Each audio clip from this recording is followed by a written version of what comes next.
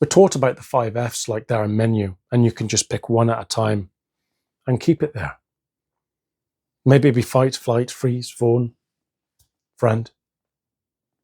But when you've been under the Afghan rain, when you've lived through the IDF, you know that that's not how the nervous system actually works. Trauma is not a textbook. It's a progressive, shifting science. And when your autonomic response hits hyperdrive and everything becomes overwhelming, those little neat categories don't just blend, they collide with one another.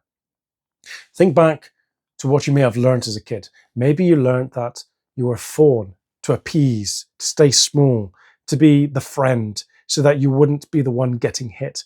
And it worked then.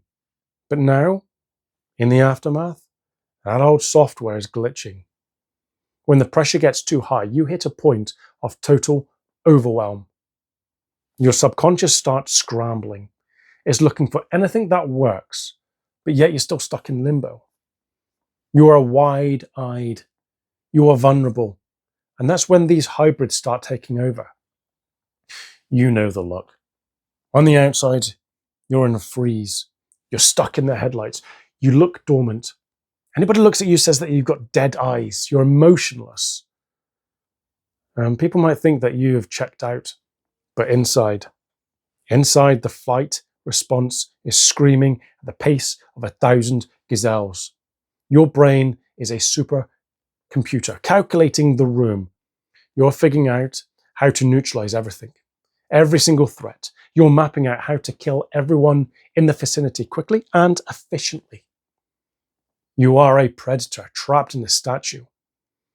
It's the emergency brake and the accelerator pedal slammed down at the same time. Now there's the fight-fawn hybrid. You're being polite. You're acting numb, playing the part, but your soul is ready to get out the door. You've analyzed every exit. You've calculated the distance to cover. Your ears are tuned into the frequency, and whilst you're just waiting for that whistle or the bang, waiting for the world to collapse, you're there. But you're actually a ghost, hovering 10 feet above the room, analyzing everything in it.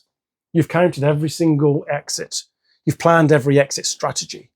You've identified and analyzed every single person in that room, whether they're a threat or if they're walking towards you, clenched fist, open fist. You're checking if the person or if the waitress is walking towards you or walking towards the group in the corner.